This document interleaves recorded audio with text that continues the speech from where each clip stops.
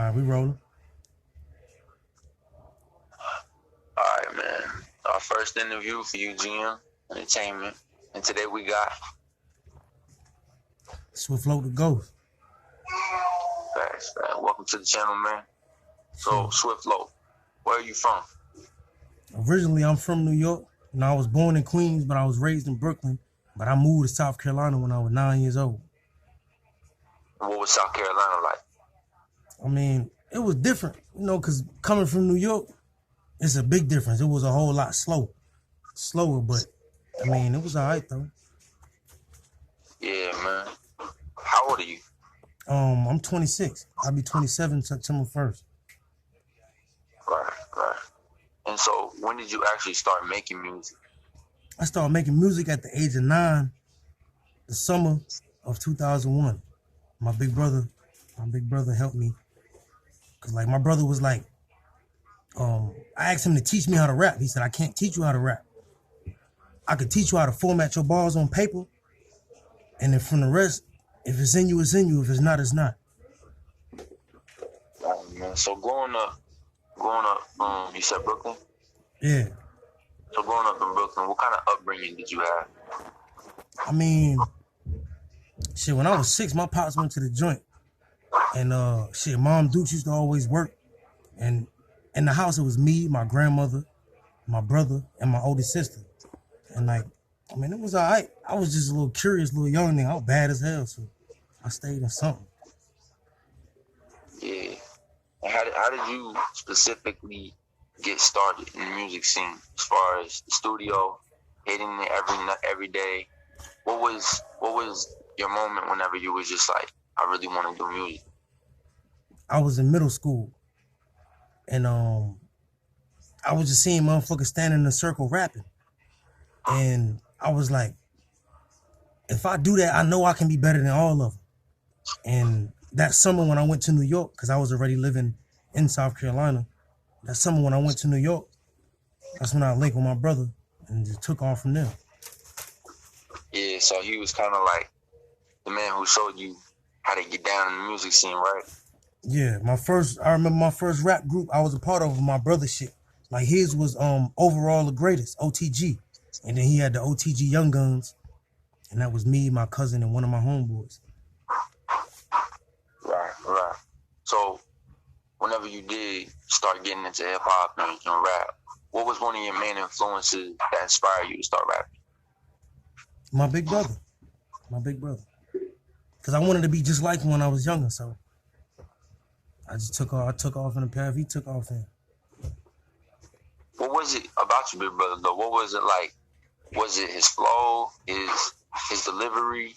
What was it that really mesmerized you? See, at a young age, he kind of reminded me of Pop because that was his favorite rapper, so that influenced a lot of his music. So, I mean, that's pretty much me wanting to be just like my big brother. So, yeah, man. You know, a lot of artists when it comes to writing a lyric, songwriters have a process, you know. So like Lil Wayne, sometimes he'll hop in the studio, nothing, just him in his mind. It's the same thing with Young Thug, you know. So when it comes to writing a lyric, they have a process. What is your writing process? Honestly, I'll play the beat. If it takes me more than at least 1 minute to come up with full bars, I won't do it. I'll just go to something else. But really, I'll just write whatever come to my head, and y'all get it how it come to me. Right. I feel you, man. We sometimes when it comes to hip hop and music scene, you know, people get a tendency that they have to write, and they don't understand that, you know, you can just freestyle it, or some people can freestyle, you know, but I hear you what you're saying, man. My next question is, how do you define success? How do I define success? It honestly depends on what your goals are. Because everybody got their own, you know, everybody got their own definition of success. But when you make it to where you want to make it to, that's how I see it. Yeah. So as far as goals, would you say that a goal would be something such as a realistic one, or something that you put out there that you want to chase it, you want to just strive for it every day? See, it's a difference. Like, all right, what you described now, like, is a goal and a dream. A dream is something you chase. Your goal is something that you plan to accomplish. Right. Like how most artists would say, I want to hit 1 million views within a month, or how they could say, I want to hit 1,000 views by the end of the week. So they set themselves up so that they can make it, or so that they can break it, per se. You know what I mean? Yeah. Okay, my next question. Being raised in the hood, what life lessons did you learn? At the end of the day, everybody got choices. You got to be your own man. Like, don't ever... I learned to not ever do something for somebody's seal of approval, because at the end of the day, you have to live with your own choices. That's some shit that you have to deal with on your own. Yeah, man. Most artists coming up, everybody thinks that being in the hood, they feel like it's just the dream, but I don't know if you're familiar with Pimp C. You ever heard about how Pimp C exposed the game a couple years back, and how everybody was mad at him for it? I mean, I have, but I haven't at the same time. Like, I've heard of it, but I haven't really heard full details on about it. Like, it's still a whole lot that I don't know or understand about that. Yeah, man. Well, Pimp C, basically, when people were talking about the dope game, right? When the rappers started talking about how the fancy cars and all the beautiful women and everything that they had acquired from selling dope, he told them, if y'all gonna talk about this lifestyle, keep it real, talk about both sides of the story. He basically told them, don't be talking about the cars and not talk about long nights sitting in the jailhouse, just waiting on your phone call from your family type shit, But everybody had their own opinion about it. Yeah, but what I think was so special about Pimp C when he talked about it was he talked about how he exposed everybody in the game, and everybody they want to be from the hood so much, but nobody wants to put in the work that it takes to be, Exactly. And I feel like most artists can do that. They can put on a big image, And so my next question is, what is the biggest misconception about you? Living fast, dying young. I mean, that's the best way I could put it in the simplest form. Now, if you could dive a little bit deeper as to what that means for you, for your opinion. As far as them, like, just glorifying one side of the life, just like how you say Pimp C exposed it. It's like, are they glorifying the cars, all the money, the girls, the club shit and all that, but they keeping everything else in the shade, like how you say, like the long nights in jail, people dying, your own friends and partners and people you call your homies crossing you out, like shit like that. You ever had any situation where you had a man, he turned on you, you thought he was your man, and he set you up bigger than anything? In a sense, yeah, in a sense. Yeah. It was a situation to where my house got robbed and my homeboy knew about it, because the dudes who robbed my house, because we was all from the same hood, but the niggas who robbed my house went to him like, oh, yo, we just robbed his house, don't tell him. And he actually didn't tell me until like a long time down the line. And I'm like, damn, you fugazi as hell. Like, you're not my homeboy. Right. So as far as it comes to fake friends, what do you think? What does it really take for someone to be in your circle and for you to really trust them to be your friend? I mean, everybody get put to the test in some type of way, but you'll never really know until that situation comes up. But I mean, if a motherfucker solid with me, I'm gonna be solid with them. I mean, for me to consider you being in my circle, we got to go through some shit. That's Cause the truth, I keep a man. small circle though, cause That's the truth. the smaller Yeah, your circle is, the less people you gotta worry about crossing you. I feel that's the same with the media in the industry. You know, when you do get up there more, it's gonna be a lot of people that you have to be around, and you're just never gonna really. I feel like you'll just never be able to really trust them because it's just a business to them, you know. Yeah. So whenever you do accomplish getting all those views, getting all those followers, and getting a strong fan base and everything, you know, what is one thing that you want your fans to really understand about you that stands out from the other artists? I mean, shit. I'm my own man. You feel me? Like, shit. Yeah, I came from the worst. I'm just trying to see the better side. That's all. right. Now, when you define the worst, man, give the viewers, give your fans a little bit of imagery to what that looks like to you. Prison. I caught a 10-year bid. You feel me? Get 9 Yeah, off of that. Seeing this shit and living this shit for so long, it's something more. I wouldn't wish this shit on nobody. You feel me? Like I wouldn't want to. I'm not trying to come back. I'm not trying to go through none of the stages I went through to get here again.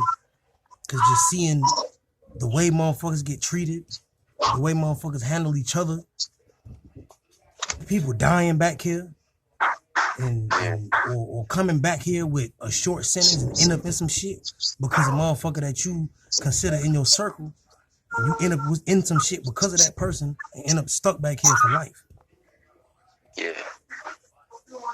And as far as it goes with, you know, prison, you think one thing, what's one kind of story that you think you could just tell us? Some, maybe not the worst thing you've ever seen, but just something to kind of get us on your level with how prison went for you. I mean, I had hard parts in my bid, but it was because of my choices.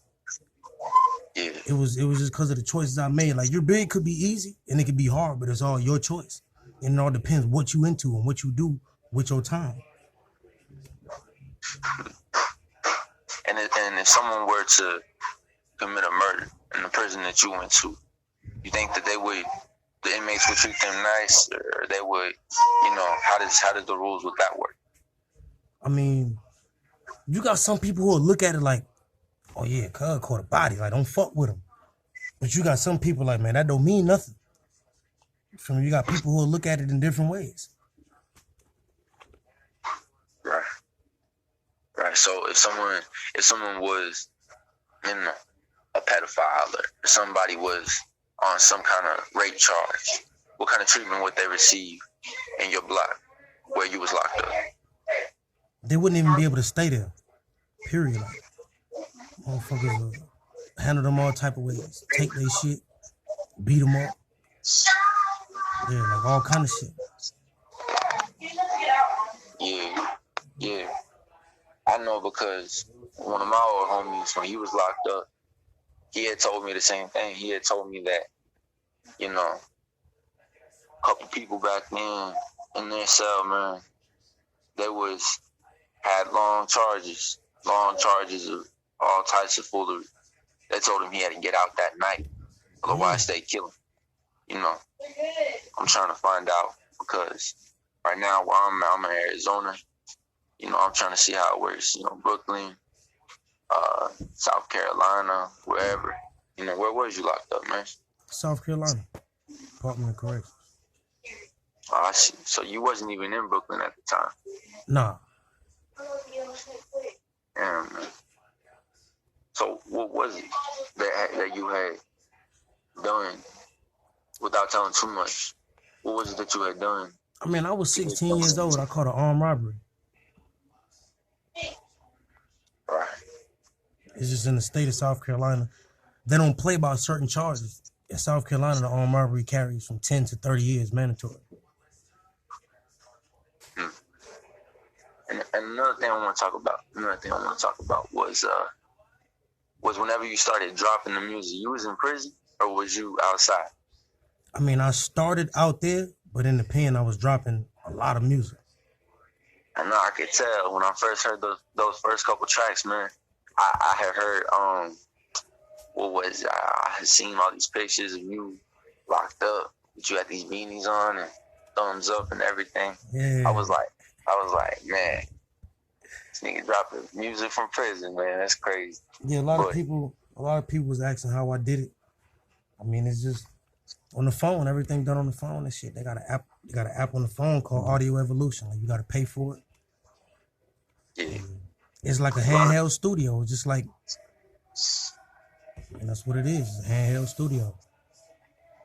Yeah, and when have you ever worked with anyone as far as big in the industry? Have you working on connecting with anybody? You got any plans for the future? I mean, honestly, I wouldn't mind.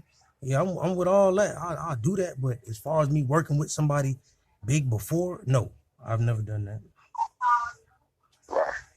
Right. Well, on the channel, you know, we got all types of people you can be networking with and functioning with. We got a lot coming out soon. Do you think in the near future you'll be dropping an album or a mixtape or anything for the fans? Oh yeah, I'm with all that. I'll do that. That ain't it's nothing. I'm with it. Yeah, today as far as how it goes with your music, have y'all been working on anything like that you excited you want to talk about to anybody around here? Most of my projects I work by myself because it been a lot of times where just the next person ain't gonna have the same drive as you or the same energy as you, and I go off of energy. Like, and sometimes a motherfucker ain't gonna move in the pace that you can move. Like, I could easily drop 3-4 songs a day.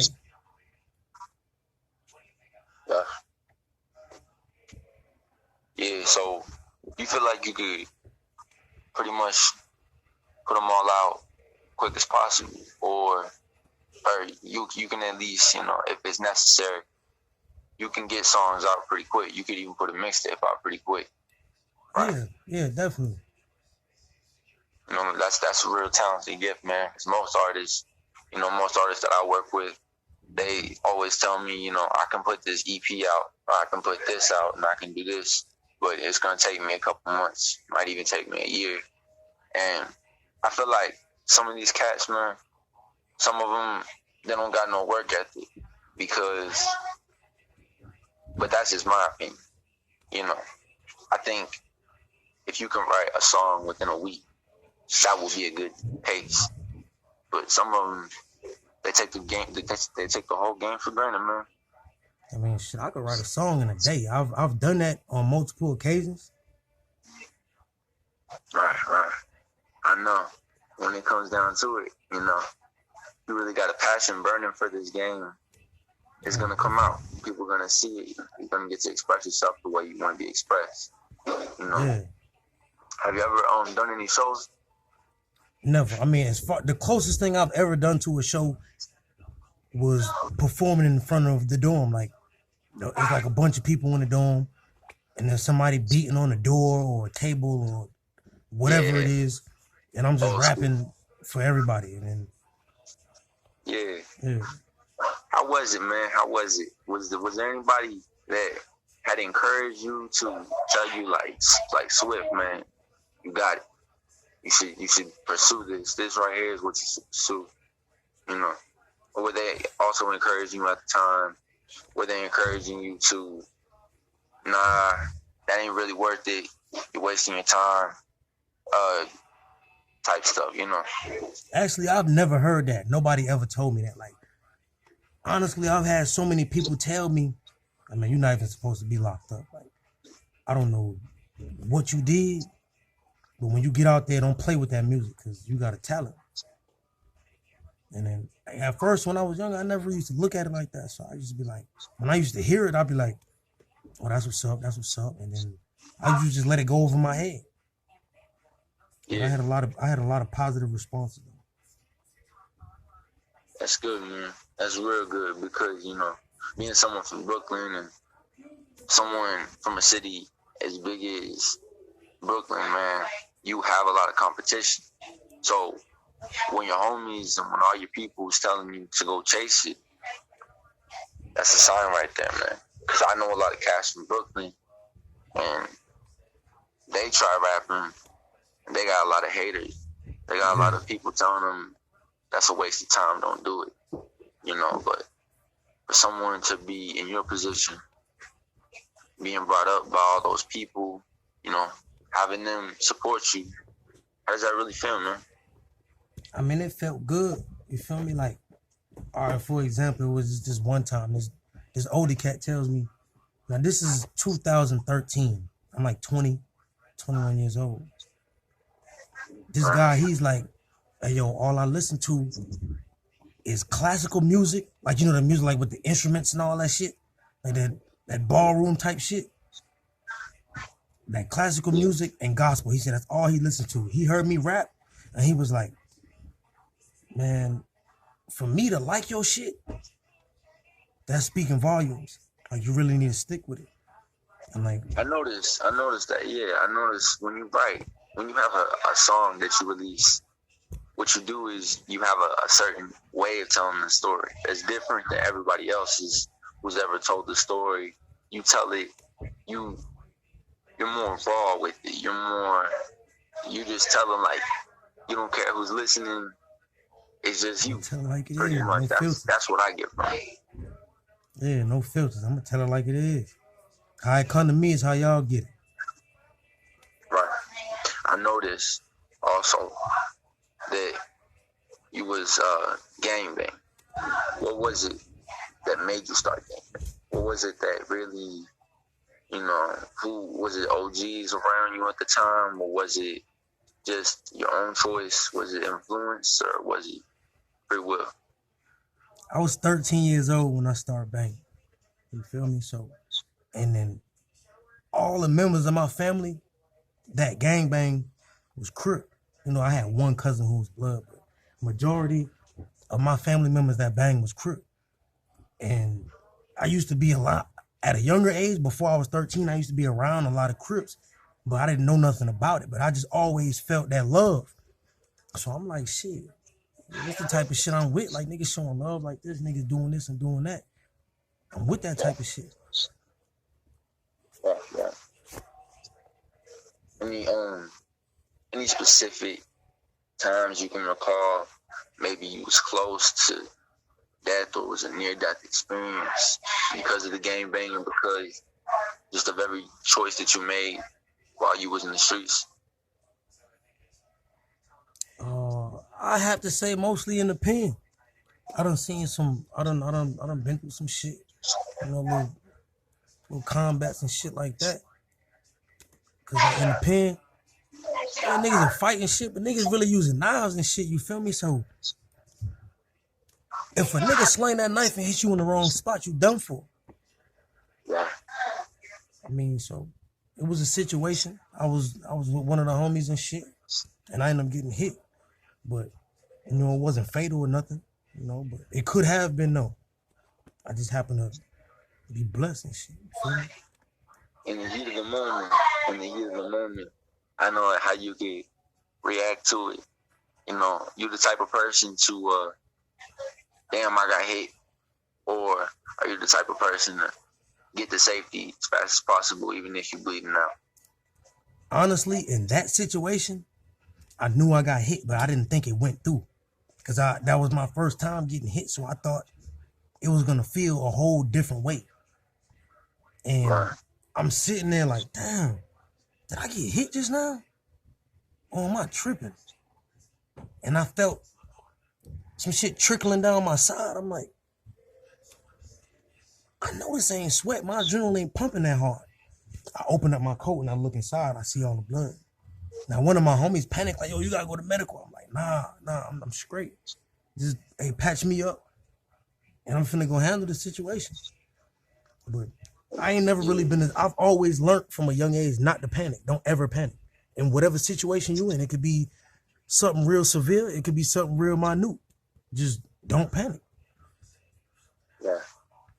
And did you learn anything after getting hit, feeling that wound pierce your body? Did you learn anything, and did you pick up any information that you was like, I gotta keep this for the rest of my life? I mean, at that time, I was just like, it was my fault because I followed up the next man. I followed up one of the homies. And like I say, shit could have been way worse, but I just learned to be my own man. I don't ever follow no nigga up. I know how a lot of that stuff goes down, man. It's all because somebody else, in the streets, it's always somebody else's problem, and they gotta get their homies, and they gotta tell everybody, the biggest story ever, just to get them on their side. Exactly. And most guys, they be lying, man. So I know, I feel what you're saying. But, that'll happen. In the streets, it's more like every man for himself, It's not too many that play fair. Exactly. It's the type of thing, do you believe what's wrong with our youth is how the culture spreads so quick and the fire spreads so quick about gangbang, flashy cars, flashy jewelry, the lifestyle? Yeah, because when they see it, they're only seeing one side of it. They're not seeing both sides, and once they get into it, it's too late. It ain't no turning back. And they'll see it. They're like, oh yeah, this dude right here, he a crip. He get money. He always got bad bitches with him. Nigga always pushing a fly V. And they're like, shit, I want that. But they don't know or see what comes along with it. They only seeing one side.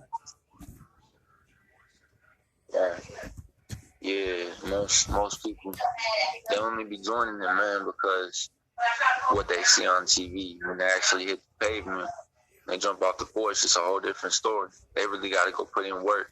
They really got to go do some shit. They really got to go hit a lick with somebody,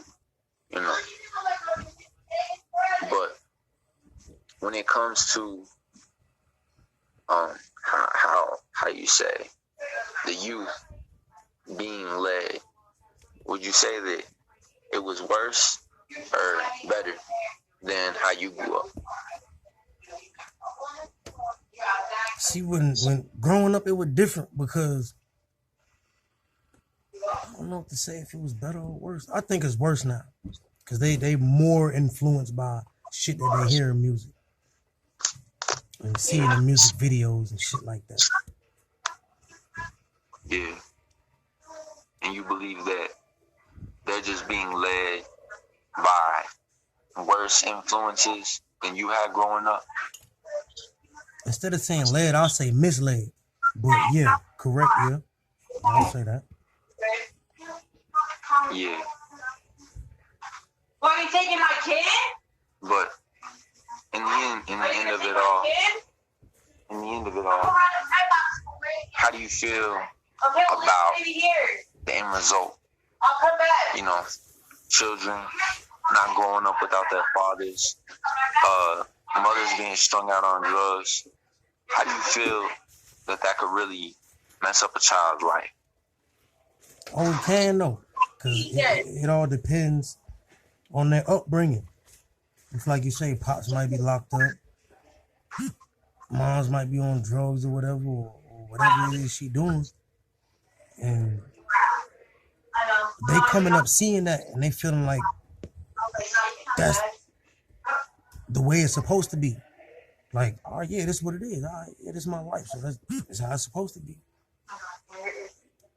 Yeah. And how you have you ever met anybody as far as the man didn't grow up with no life, with no real life models, no real anybody who he could look up to?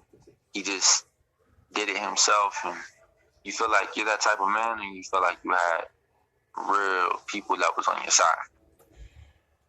I had people that was on my side, but I didn't want to utilize it. I was like, fuck that. I want to get it on my own. I don't want nothing from y'all. A lot of the shit I did, I ain't have to do. But learn from it. Live and learn. Trials and tribulation. Everything trial and error. Exactly.